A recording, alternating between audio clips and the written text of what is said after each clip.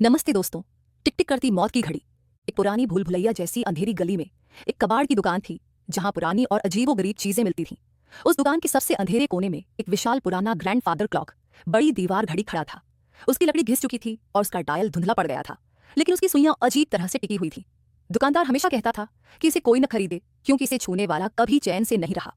पर अर्जुन, जो पुरानी चीजों का शौकीन था, उसकी रहस्यमयी चमक से मोहित हो गया और उसे खरीद लाया। अर्जुन उस घड़ी को अपने कमरे में ले आया। पहली रात घड़ी अजीब तरह से चलने लगी। कभी उसकी टिक टिक इतनी तेज हो जाती कि लगता दिल धड़क रहा हो, और कभी इतनी धीमी कि लगता समय थम गया हो। आधी रात को जब घड़ी ने अलार्म बजाया तो वह एक सामान्य आवाज नहीं थी, बल्कि एक लंबी दर्द भरी चीख जैसी लग रही थी। अगली रात से अजीबोगरीब घटनाएं बढ़ने लगीं। जब भी अर्जुन घड़ी के पास से गुजरता, उसे उसकी पॉलिश की हुई पीतल की सतह पर अपनी धुंधली छवि के बजाय किसी और का चेहरा दिखाई देता। एक डरा हुआ चीखता हुआ चेहरा जो पलक झपकते ही गायब हो जाता था। उसे रात में घड़ी से फुसफुसाहटें सुनाई देती थीं, जो उसे बताती थीं कि घड़ी के पुराने मालिक कैसे मरे थे, और हर कहानी पहले से ज्यादा भयानक थी। एक बार तो घड़ी की सुइयां अपने आप घूमकर आधी रात के बदले एक ऐसे समय पर आ गईं जब उसके पुराने मालिक की मौत हुई थी। डर के मारे अर्जुन कांपने लगा। एक रात घड़ी अचानक तेजी से घूमने लगी। उसकी सुइयां पागलों की तरह दौड़ रही थीं।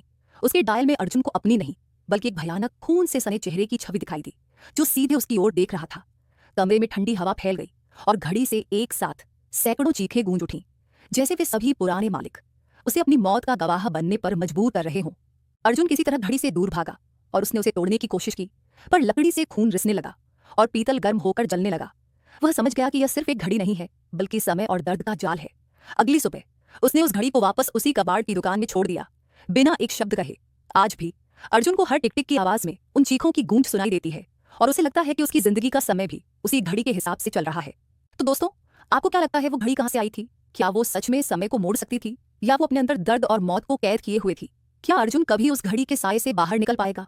अपने विचार कमेंट में बताएं, और ये कहानी अच्छी लगी तो भूतों की दुनिया को सब्सक्राइब करना न भूलें। मैं कनिका मिलूंगी अगली कहानी में।